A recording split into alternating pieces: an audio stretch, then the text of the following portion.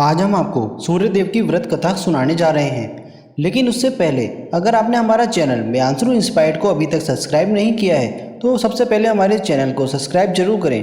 तो चलिए वीडियो शुरू करते हैं। प्राचीन समय की बात है, एक बुढ़िया सूर्यदेव की भक्ति में पूरी तरह से लीन थी। वो हर रविवार को सुबह स्नान कर घर के आंगन को गोबर से अच्छी तरह से लिपाई करके सूर्यदेव की पूजा करती थी। फिर सूर्यदेव के लिए व्रत रखकर शाम को उन्हें भोग लगाने के बाद भोजन करती थी। उस बुढ़िया की भक्ति भावना से सूर्यदेव काफ़ी प्रसन्न थे और भगवान की कृपा से उस बुढ़िया को किसी तरह की परेशानी नहीं होती थी। उस बुढ़िया की खुशी और संपन्नता को देखकर उसकी पड़ोसन को जलन होने लगी। वह बुढ़िया अपनी पड़ोसन के आंगन में बंधी गाय के गोबर से ही अपना आंगन लीपा करती थी। पड़ोसन ने जलन के मारे उस गाय को आंगन की जगह घर के अंदर बांधना शुरू कर दिया। अब अगले रविवार को सुबह बुढ़िया को सूर्यदेव की पूजा करने के लिए पड़ोसन के घर के गाय का गोबर नहीं मिला, जिस कारण वह सूर्यदेव की पूजा नहीं कर पाई और पूरे दिन खुद भी भूखी रही। रात में सूर्यदेव उस बुढ़िया के सपने में आए और उससे पूजा न करने और भोग न लगाने का कारण पूछा। जवाब में बुढ़िया ने बताया, घर के आंगन को लीपने के लिए गोबर नहीं था, इसलिए पूजा नहीं कर पाई। पूजा नहीं की तो भोग भी नहीं चढ़ाया। बुढ़िया की बातें सुनकर सूर्यदेव उनसे कहते हैं कि मैं तुम्हारी भक्ति से प्रसन्न हूँ, इसलिए मैं तुम्हें एक गाय दे रहा हूँ, वो तुम्हारे घर को धन से भर देगी। यह कहते ही सूर्यदेव उसके सपने से चले गए। अगली सुबह जब बुढ़िया की आंखें खुली तब वह देखती है कि उसके आंगन में एक सुंदर गाय और बछड़ा बंधा हुआ है। यह सब देखकर वह हैरान हो गई। उसे सपने की कोई बात याद नहीं थी। इसे उसने सूर्यदेव की कृपा समझा और गाय को चारा देने लगी। बुढ़िया के आंगन में सुंदर गाय और बछड़े को देखकर पड़ोसन की जलन बढ़ गई। कुछ देर बाद जब बुढ़िया घर के अंदर जाती है तो गाय सोने का गोबर करती है। यह देखकर पड़ोसन चौंक जाती है और जल्दी से उस गोबर को उठाकर अपने घर ले आती है और अपने गाय के गोबर को उसके आंगन में रख देती है।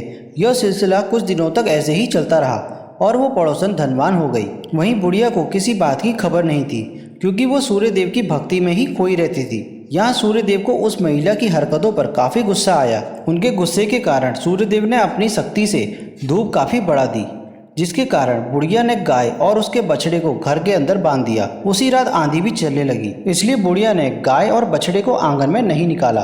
रात भर गाय घर के अंदर ही बंधी रही। अगली सुबह जैसे ही बुढ़िया की नींद खुली तो वह सोने का गोबर देखकर हैरान हो गई। उस दिन के बाद से रोजाना बुढ़िया गाय को घर के अंदर ही बांधने लगी। कुछ ही दिनों में गाय के सोने के गोबर से बुढ़िया धनवान हो गई, जिसे देखकर पड़ोसन को और ज्यादा जलन होने लगी। पड़ोसन ने जलन के मारे सोने का गोबर देने वाली गाय के बारे में उस नगर के राजा को बता दिया। राजा को जैसे ही सोने के गोबर देने वाली गाय का पता चला तो उसने तुरंत सैनिकों को बुढ़िया के घर भेजकर उस गाय और उसके बछड़े को महल लाने के लिए कहा। जब सैनिक बुढ़िया के घर पहुंचे तब वह बुढ़िया सूर्यदेव को भोग लगाकर खुद भोजन करने के लिए निवाला उठाने ही वाली थी कि तभी सैनिक गाय और बछड़े की रस्सी खोलकर उन्हें अपने साथ ले गए। बुढ़िया उन सैनिकों से गाय और उसके बछड़े को न ले जाने की प्रार्थना करने लगी, लेकिन राजा के सैनिक ने बुढ़िया की एक बात नहीं सुनी। कुछ ही देर में सैनिक गाय को राजा के पास ले गए। राजा गाय की सुंदरता को देखकर बहुत खुश हुआ और राजा ने उस गाय को और उसके बछड़े को अपने ही पास रख लिया। वहीं गाय और उसके बछड़े के जाने के गम में बुढ़िया बिना खाए पिए पूरे दिन सूर्यदेव से गाय और बछड़े को लौटाने की प्रार्थना करने लगी। यहाँ दूसरे दिन की सुबह राजा सोने के गोबर देखकर हैरान हो जाता है और वहीं बुढ़िया भूखी प्यासी सूर्यदेव की प्रार्थना में लगी रहती है।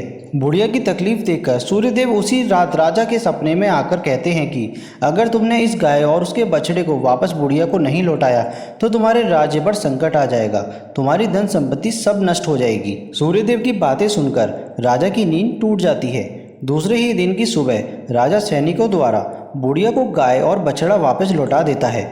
साथ ही उस बुढ़िया को कुछ धन भी भिजवाता है और उसकी पड़ोसन को सजा भी देता है। सूर्यदेव की इस चमत्कारी गाय और बुढ़िया पर उनकी कृपा को देखकर राजा पूरे नगर के लोगों को हर रविवार को सूर्यदेव की पूजा करके व्रत रखने के लिए और सुबह उठकर सबसे पहले भगवान सूर्यदेव को जल अर्घ देने के लिए प्रेरित करने लगे।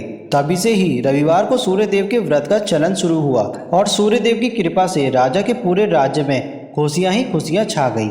भगवान सूर्यदेव की यह कथा हमें सिखाती है कि दूसरे के प्रति देश भाव रखने से खुद की ही हानि होती है। जीवन में जितना हो सके सबकी मदद करनी चाहिए। दोस्तों, आशा करते हैं आपको ये जानकारी अच्छी लगी होगी। इस तरीके की वीडियोस हम अपने चैनल म्यांसुरु इंस्पायर्ड में लेकर आते रहते हैं। अगर आप हमारे चैनल में पहली बार आए हैं तो हमारे चैनल को सब्सक्राइब जरूर करें। मिलते हैं अगली वीडियो में, तब तक के लिए धन्यवाद।